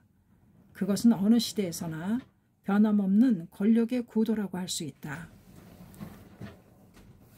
히틀러가 권력을 장악하자 그것을 기다리기라도 했다는 듯이 유태인에 대한 폭행과 약탈이 잇따랐다. 당연히 국제적인 비난이 높아지고 독일 제품의 보이콧까지 일어났다. 그러자 나치는 유태인에게 그 책임이 있다고 하며 이를 응징한다는 미명 아래 국내 유태인 보이콧 운동으로 옮겼다. 나아가 반유태 입법을 차례차례 시행했다. 유태인을 공격하고 궁지에 빠뜨리기 위해 도리를 왜곡했으며 민주헌법을 짓밟고 악법을 양산해갔다. 나치 정권이 탄생하고 5년 동안 그러한 법률과 규정은 실로 1,000건이 넘는다고 한다. 그야말로 나치는 당연하다는 듯이 유태인의 인간으로서 독일 시민으로서 살아갈 권리를 제한하고 자유를 박탈했던 것이다. 또 나치는 유태인의 경제력에 대한 파괴와 수탈을 기도했다. 1938년 유태인의 재산 등록이 의무화되자 그것을 빌미로 인정사정 없이 재산을 몰수해갔다. 도대체 생피를 빨고 있던 것은 나치인가 유태인인가? 진실은 명백할 것이다. 그 중에서도 유태인의 운명에 결정적인 영향을 주었던 것은 1935년 제정된 악명 높은 뉘른베르크법이었다. 이것에 의해 유태인은 법적으로 독일인에게 종속하는 별개 인종인 2급 시민으로 규정되어 공민권을 박탈당했던 것이다. 그때 나치가 정한 유태인의 정의에는 조부모대까지 거슬러 올라가 그 조부모가 유태교도인지 여부를 기준으로 하여 유태인의 정의를 내린다고 되어 있었다. 이것을 보더라도 유태인은 인종이다라는 나치의 주장이 거짓이었다는 것은 명백하다. 결국 그것은 특정한 종교를 믿는 국민에 대한 차별을 합법화한 것이다. 1938년 11월에는 유태계 청년에 의한 독일 외교관 암살 사건이 터지자 이를 계기로 독일 전국에서 유태인에 대한 대박해가 일어났다. 야음을 틈타 시나고그, 유태교의 교회당과 유태인 상점을 파괴하고 100명 가까운 유태인을 살해했다. 더욱이 2만 내지 3만 명의 유태인을 체포하여 강제 수용소를 보냈다. 이른바 수정의 밤이다. 파괴의 폭풍이 지나가고 유리 파편이 흩어져 있었다고 하여 이렇게 이름 붙여졌다. 유태인에게는 최악의 포그롬, 박해의 밤이었다. 이것은 모두 1939년 9월 1일 독일이 폴란드를 전격적으로 침공하여 제2차 세계대전을 발발하게 만들기 전의 일이었다. 야마토 신시는 히틀러가 저지른 유태인 박해의 경위를 이야기한 후 강한 어조로 이야기했다. 잊어서는 안 될 것은 히틀러도 표면상으로는 민주주의를 따르는 체하며 교묘하게 여론을 선동하여 이용해 갔다는 것이다. 민중이 그 악의 본질을 간파하지 못하고 권력의 마성으로 변한 독재자의 선동에 편승해버렸기 때문에 세계에 자랑할 만한 민주헌법도 완전히 유명무실하게 되고 만 것이다. 이것은 역사의 중요한 교훈이다. 주조 기요시가 분노에 찬 표정으로 중얼거렸다. 그렇게 지독한 일들이 자행되고 있었는데도 나치에 저항하려는 움직임은 전혀 없었습니까? 신시는 말했다. 물론 저항한 사람들도 있었다. 그러나 본격적으로 저항하려고 했을 때 나치는 이미 독일을 마음대로 조종하는 거대한 괴물로 자라버렸다. 결국 걸기하기에는 너무 늦었던 것이다. 많은 사람들은 나치가 유태인을 박해하는 것을 보고도 잠자코 아무것도 하지 않았다. 무관심한 것처럼 있을 수밖에 없었다. 그것이 나치의 논리에 가담하는 결과를 가져왔던 것이다. 마키구치 선생님이 좋은 일을 하지 않는 것은 나쁜 일을 하는 것과 그 결과에서는 같은 것이다 라고 말씀하셨듯 악을 보고 아무것도 하지 않고 잠자코 있었던 것에 악에 가담하는 결과가 되고 만 셈이다. 예를 들면 독일의 기독교 교회에서는 후에 강한 저항운동도 일어났지만 나치 정권이 탄생했을 당시에는 오히려 협력적이었다. 기독교 교회에서 반나치 투쟁의 중심적 인물이었던 마틴 뉴멜러 목사는 나치가 점점 포악해지는 것을 보고 자신이 생각했던 것을 대략 다음과 같이 회상했다고 한다. 나치가 공산주의자를 습격했을 때 불안하긴 했으나 나는 공산주의자가 아니었기 때문에 저항하지 않았다. 나치가 사회주의자를 공격했을 때에도 불안은 더했으나 역시 저항하지 않았다. 이어서 학교, 신문, 유태인 순으로 나치는 공격을 가했으나 아직 아무것도 하지 않았다. 그리고 마침내 나치는 교회를 공격했다. 나는 확실히 교회의 인간이므로 비로소 저항했다. 그러나 때는 이미 늦었다라고. 이러한 비참한 시대를 산 사람들은 모든 것이 일어난 다음에야 그 교훈으로 그 다음과 같은 격언을 말하며 괴로운 심정으로 이를 악물었다고 한다. 즉, 처음 시작되었을 때 저항하라. 종말을 고려하라. 악의 싹이라고 생각되거든 곧바로 뽑아버리는 것이다. 악의 발단을 보고도 그냥 놔둔 채 그 확대를 방치하면 드디어 돌이킬 수 없는 종말을 초래하게 된다. 라인강의 금빛 수면은 붉게 물들며 거리의 불빛을 비추기 시작했다. 야마토 신이시는 조용히 말을 이었다. 처음부터 박해의 표적이 되었던 유태인들에게 나치의 본성은 너무나도 명백했을 것이다. 그러나 일반 독일인으로서는 나치의 포악성도 자신들에게 불똥이 튀기 전에는 강 건너 불구경일 수밖에 없었다. 그 의식과 감각이 악을 방치하고 말았다고 할 수 있다. 다니다 쇼이치가 깊은 감기에 젖어 이야기했다. 인간은 다른 사람이 박해받는다 해도 그것이 자신에게도 일어날 수 있다고는 좀처럼 느끼지 못하는 것 같군요. 신이치가 대답했다. 그럴지도 모른다. 그러나 나치로서는 유대인에 대한 편견과 나쁜 감정이 확대되어 유태인과 다른 사람들 간의 의식적인 격차가 커지면 커질수록 박해나 시배도 쉬워지게 된다. 그것은 어느 의미에서 민중 자신의 의식 문제라고 할 수 있을지도 모른다. 어쨌든 민중에게 국가 권력의 횡포에 대한 공통된 위기의식이 없었던 것은 독재 권력을 용이하게 한 이유 중에 하나라고 할 수 있겠지. 지금 학회가 이루려고 하는 것은 민중의 마음과 마음에 강한 스크럼을 만드는 일이기도 하다. 신이치의 이야기에 수긍하면서 다니다가 말했다. 지금 하신 말씀은 참으로 중요한 문제라고 생각합니다. 이번에도 평화와 민주라는 훌륭한 헌법이 존재해야 한다 해도 그것이 유린당하게 될지도 모르겠군요. 그렇다네. 예를 들면 메이지 헌법에서도 조건부이기는 했지만 신교의 자유는 인정되었다. 그런데 왜 군국주의 시대의 일본에 신교의 자유가 없어져 버린 것인가? 신사를 종교가 아니다라고 말하며 정부는 신도를 국교화해갔다. 드디어 치안유지법을 통해 언론과 사상의 자유를 유린하였고 종교단체법으로 종교의 통제와 관리에 착수했다. 그리고 어느 사이엔가 일본에는 신교의 자유는 고사하고 모든 자유가 없어져 버린 것이다. 작은 구멍으로 제방이 무너져 탕류가 흘러가듯이. 이러한 사태가 앞으로도 일어날지 모른다. 게다가 악은 처음에는 잔인한 본성을 숨긴 채 선과 정의의 가면을 쓰고 있는 법이다. 그렇기 때문에 악을 간파하면 단연코 일어서야 한다. 그것을 우리 일본인들도 결코 잊어서는 안 된다. 해가 지고 난 라인강의 수면을 스치는 바람은 차가웠다. 신실은 동행한 멤버와 함께 강변을 거닐기 시작했다. 그는 진지한 어조로 말했다. 결국 히틀러의 만행이 남긴 것은 무수한 죽음과 파괴였다. 희생된 사람들을 생각하면 너무나 가슴이 아프다. 또 누구보다도 고통받았던 유대인들이 행복해지지 않는다면 인간의 정의는 도대체 어디에서 찾는단 말인가. 그 후 신씨는 일행과 함께 강변에 있는 레스토랑에서 저녁 식사를 했다. 내일은 드디어 베를린으로 가는 날이다. 신씨는 베를린의 상황에 대해 동행해 주기로 한 주재원에게 물었다. 그러자 그는 시시의 얼굴을 물끄러미 쳐다보며 말했다. 야마모토 선생님, 꼭 베를린에 가실 생각이십니까? 예, 그것이 이번 여행의 목적 중 하나이니까요. 주재원은 몸을 앞으로 내밀며 말했다. 가시지 않는 편이 좋다고 생각합니다만 솔직히 말씀드려 지금은 위험합니다. 신문을 보더라도 베를린의 경계선에서는 매일같이 발포 사건이 보도되고 있습니다. 동독 측에서 도주를 기도하는 사람이 동독 병사들에게 사살되고 있습니다.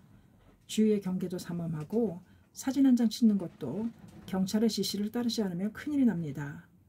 그런 곳에는 되도록 모시고 싶지 않는 것이 저의 솔직한 심정입니다. 신실은 미소 지으며 정열을 담아 말하기 시작했다.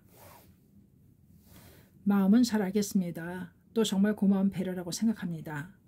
그러나 나는 불법자로서 불행해 오는 사람들을 구하고 세계의 항구 평화를 구축하지 않으면 안 됩니다. 그것을 위해 베를린 장벽 앞에 서서 분단된 독일의 비참한 현실을 생명에 새겨두고 싶습니다. 그리고 신명을 바쳐 동서 독일의 융합을 아니 세계 동서 냉전의 종교를 기원하고 그것으로서 나의 또한 창각의 평화를 향한 출발로 하고 싶습니다.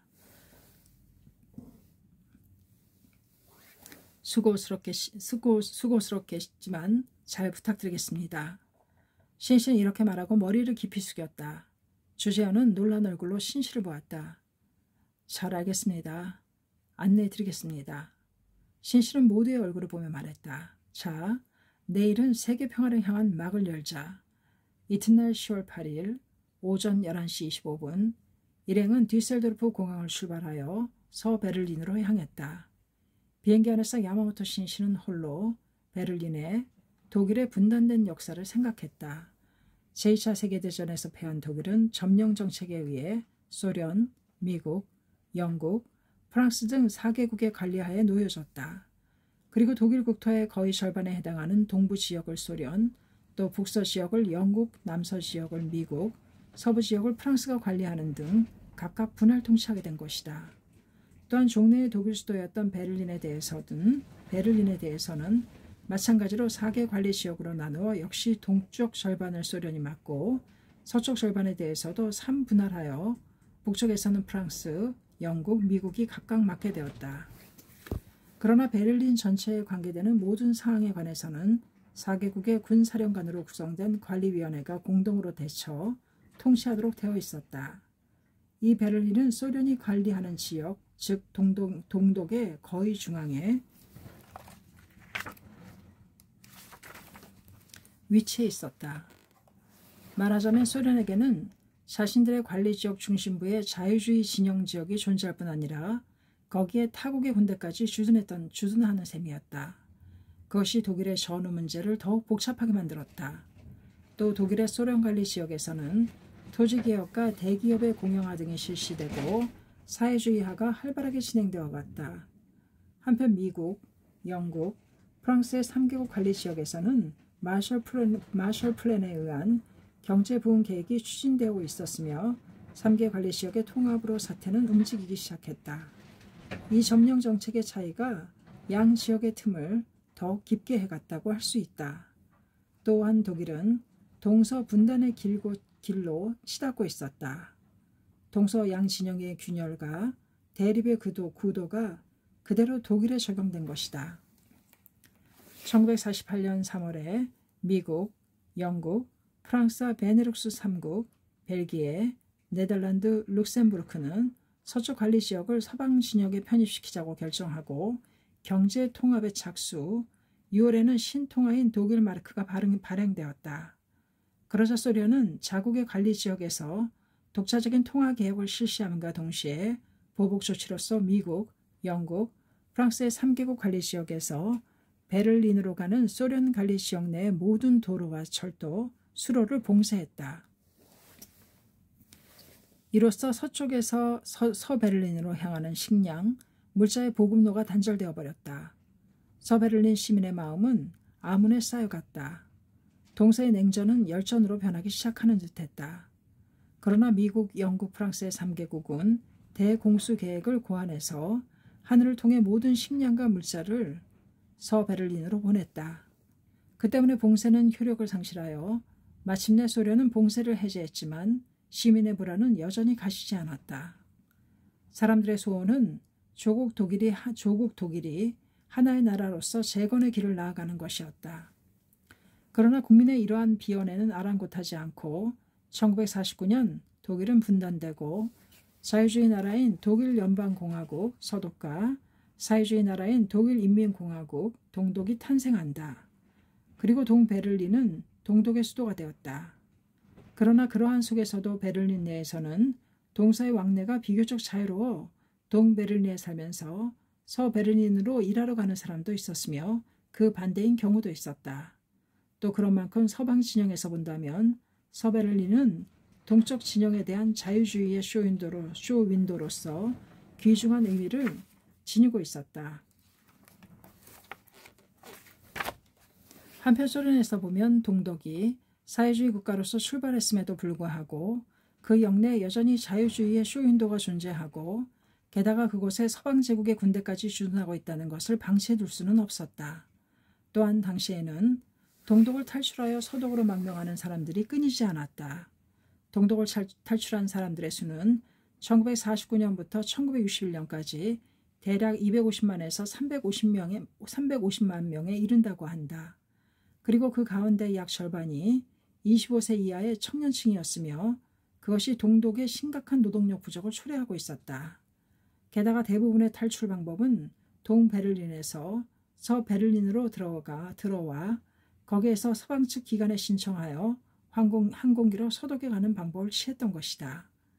1958년 11월 소련의 후르시초프 수상은 미국, 영국, 프랑스의 3개국의 베를린의 4개국 공동 관리권을 포기하고 6개월 이내에 주둔군을 철수시켜 베를린을 비무장 자유도시로 하자고 제안했다. 그 목적은 서베를린에서 3개국의 군대를 철수시켜 결국 동독에 편입시키는 데 있었다고 한다.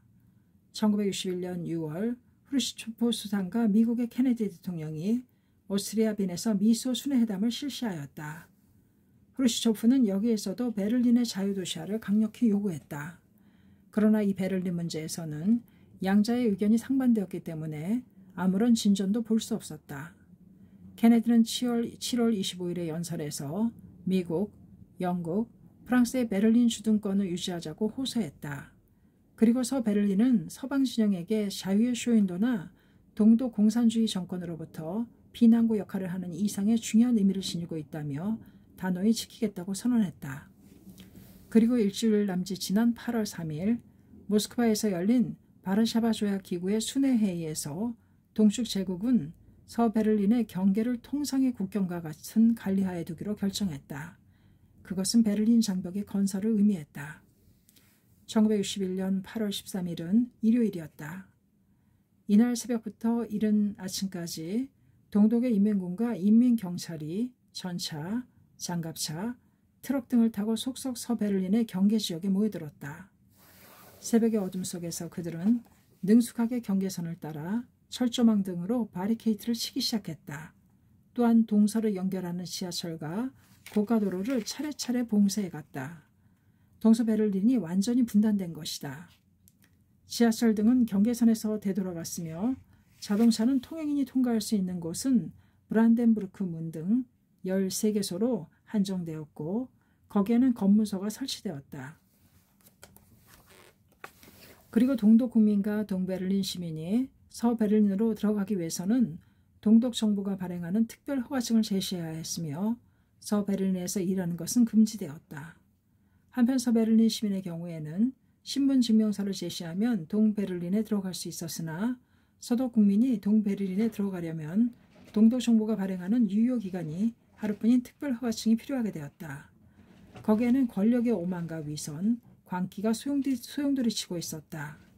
동서 베를린의 경계선이 봉쇄당한 것을 안 시민들은 놀라며 당황했다. 그리고 격노했다. 브란덴부르크 문 앞에는 약 5천 명의 서베를린 시민이 항의하러 몰려들어 그것을 서베를린 경찰대가 돌려보내는 모습도 볼 수 있었다. 동베를린 쪽에서도 봉쇄에 분노한 사람들이 거리에 모여 시위하다 체포당하는 등 소동을 치렀다. 베를린 사람들은 오랫동안 같은 베를린 시민으로서 살아왔다. 그런데 이 장벽이 동포와 사랑하는 연인을 그리고 가족을 하룻밤 사이에 완전히 갈라놓고 만 것이다. 권력은 잔혹스럽게도 인간과 인간의 유대를 나무토막 자르듯이 단절시켜버렸다. 야마토 신시는 분단으로 독일 사람들이 얼마나 괴로워하고 있을까 생각하자 마음이 아팠다. 뒤셀도르프 공항을 출발할 때는 맑았던 날씨가 동독 상공에 다다를 무렵부터 두터운 구름으로 덮이기 시작했다.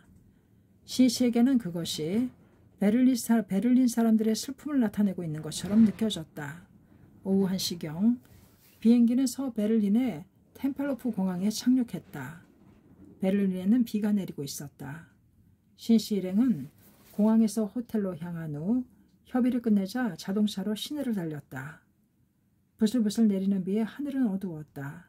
일명 쿠담거리라고 불리는 번화가에 가자 거리는 쇼핑을 즐기는 많은 사람들로 활기에 넘쳐 있었다. 차로 조금 더 가니 깎아낸 이빨처럼 탑의 일부가 파괴된 네오로마네스크식 교회가 있었다. 비엘름 황제기념교회이다. 제2차 세계대전 때 전화를 잊고 붕괴되었는데 전쟁의 비참함을 전하기 위해 그대로 남겨두었다고 한다. 이윽고 6월 17일의 거리라고 불리는 넓은 대로가 나왔다. 건너편에 고대 그리스 신전을 본뜬 돌문이 보였다. 그것이 브란덴부르크 문이었다.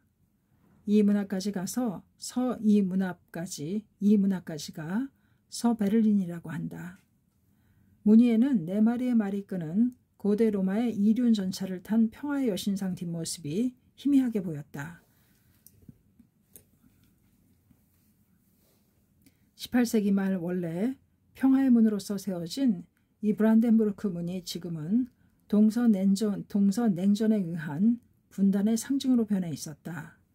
자동차로 문 앞 500m 정도까지 가자 울장이 설치되어 있었다.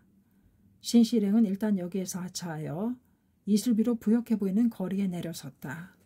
하늘은 차차 밝아지기 시작했다. 거기서부터 보행자가 들어갈 수 없다고 하자 단 자동차를 탄 상태라면 외국인에 한해서 200m 정도 더 들어갈 수 있다는 것이었다. 이곳에는 평화란 전혀 없었다. 주위에는 기관총을 부착한 영국군 장갑차가 달리고 있었으며 요소요소에 서독 경찰관이 서 있었다. 그리고 브란덴부르크 문을 사이에 두고 그 맞은편에는 동독 측 병사인 듯한 사람의 모습이 보였다. 긴장된 분위기가 전해져 왔다. 주위에는 구경꾼 몇 명이 있었으나 모두 숨소리를 죽이고 무엇인가를 서로 속삭이고 있었다. 신시는 일행과 함께 자동차로 갈 수 있는 곳까지 가기로 했다. 문을 향하는 왼쪽에는 소련의 제2차 세계대전 전승 기념비가 있었고 그 옆에는 베를린에 가장 먼저 들어왔다고 하는 소련의 전차가 장식되어 있었다. 소련 전승 기념비가 자유주의 진영이 된 서베를린 측에 있다는 사실이 사태의 복잡함을 느끼게 했다. 그 바로 가까운 숲속에는 영국군의 야영 텐트가 보였다. 브란덴부르크문 가까이로 가자 주위에는 올장과 철조망이 둘러쳐져 있었다. 경계는 더 한층 삼엄했으며 문 너머로 총을 들고 서 있는 동독 측 병사의 모습을 똑똑히 볼 수 있었다. 도로에 독일어로 쓴 팻말이 있었다. 안내하는 주재원이 그것을 가리키며 설명해 주었다. 저기에는 주의, 당신은 지금 서베를린을 벗어나고 있다고 씌워져 있습니다. 예전에는 누구도 의식하지 않고 이곳을 통해 서쪽에서 동쪽으로 또 동쪽에서 서쪽으로 서로 왕래했을 것이다. 신씨는 차에서 내려서 브란덴부르크문 바로 아래 바로 밑에 서보고 싶었으나 그것은 허용되지 않았다. 일행은 그대로 차를 타고 프랑스군의 관리지역에 해당하는 베르나우 거리로 향했다. 이것이 바로 경계선인데 길가의 건물은 동베를린에 속했으나 그 앞에 있는 인도는 서베를린에 속했다. 건물 위쪽 창문은 그대로였지만 출입구나 1, 2층 창문은 벽돌로 막혀 있었다. 폐쇄된 한 출입구 앞에 한아름의 꽃다발이 놓여져 있었다. 신이치는 운전사로부터 서베를린으로 도망치려던 할머니가 4층 창문에서 뛰어내리다 사망했다는 이야기를 들었다. 또 그곳에서 100m 정도 떨어진 거리에도 꽃다발이 놓여져 있었고 5, 6명이 그 꽃다발을 에워싼 채 동쪽 건물을 올려다보고 있었다. 운전사는 차를 세우고 야마모토 신이치 일행에게 독일어로 가르쳐 주었다. 며칠 전에 이 건물 옥상에서 서베를린으로 탈출하려던 동독 사람이 동독 경찰관과 격투를 벌이다 뛰어내렸습니다. 서베를린 경찰관이 응급조치를 했지만 즉사했습니다. 장벽을 만들고부터라고 하는데 경계선에서는 언제나 이런 일들 뿐입니다. 경비병이 눈 돌릴 틈을 이용하여 서베를린에 살고 있는 남편에게 철조망 너머로 갓난아이를 건넨 부인도 있었습니다. 그녀는 남편과도 자식과도 헤어져 앞으로 동베를린에서 살아가겠지요. 그러나 자식만이라도 상처 하나 없이 서베를린으로 탈출시킬 수 있어 그나마 다행이었습니다. 3층 창문에서 밧줄을 내려 도망치려다 벽에 손발이 긁혀 피투성이가 된 부인도 있었고 발이 부러진 남자도 있었지요. 그러나 사살당하지 않은 것만도 행운입니다. 보세요, 저 모퉁이의 기둥을. 총탄 자국이 있지요. 동에서 서로 도망치는 사람을 사살하고 만 것입니다. 마치 벌레를 죽이듯 말입니다. 통역을 통해 듣는 운전사의 이야기에 신이치의 가슴이 미어졌다. 운전사는 다시 이야기를 계속했다. 독일은 분명히 전쟁에 진 패전국입니다. 그러나 같은 독일인이 친척이 또 가족이 함께 지낼 권리는 있는 것입니다. 우리는 본래 나라 안을 자유로이 왕래하며 모두 사이좋게 지내왔습니다만 이렇게 말하는 운전사의 눈에는 눈물이 글썽이고 있었다. 동베를린에 누군가 가족이 계십니까? 신씨가 물었다. 백모가 계십니다. 이미 고령이신데다 제가 좋아하는 백모입니다. 운전사는 눈물을 훔치며 우도추 호주머니에서 담배를 꺼내어 불을 붙였다. 신이치 일행은 여기에서 하차하기로 했다. 길모퉁이의 콘크리트 기둥에는 운전사가 말했듯이 탄환 자국이 선명하게 새겨져 있었고 그 자국이 분필로 표시되어 있었다.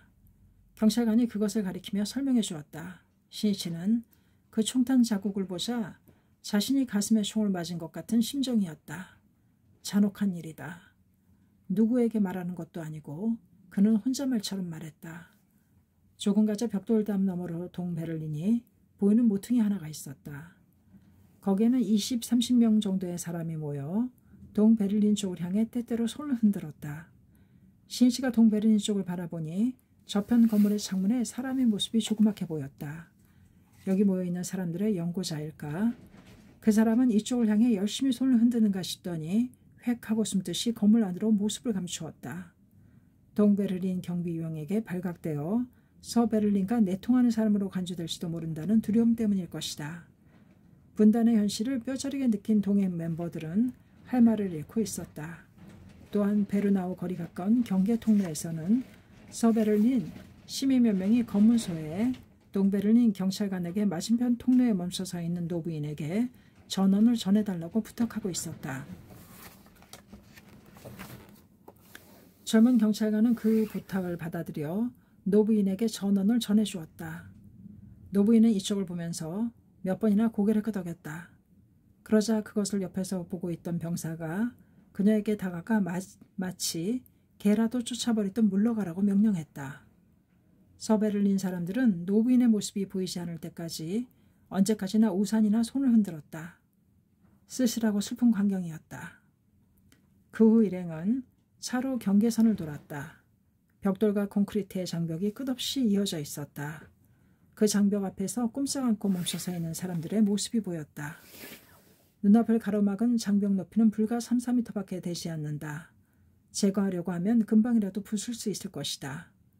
그러나 그 장벽이 자유를 빼앗고 인간과 인간을, 동포를, 가족을 갈라놓고 있는 것이다. 이 무슨 인간의 악업인가? 인간은 무엇을 위해 태어났는가? 신씨는 화염 같은 강한 분노를 느꼈다. 인간이 함께 살고 마음을 함께 나누는 것을 거부하고 죄악시한다.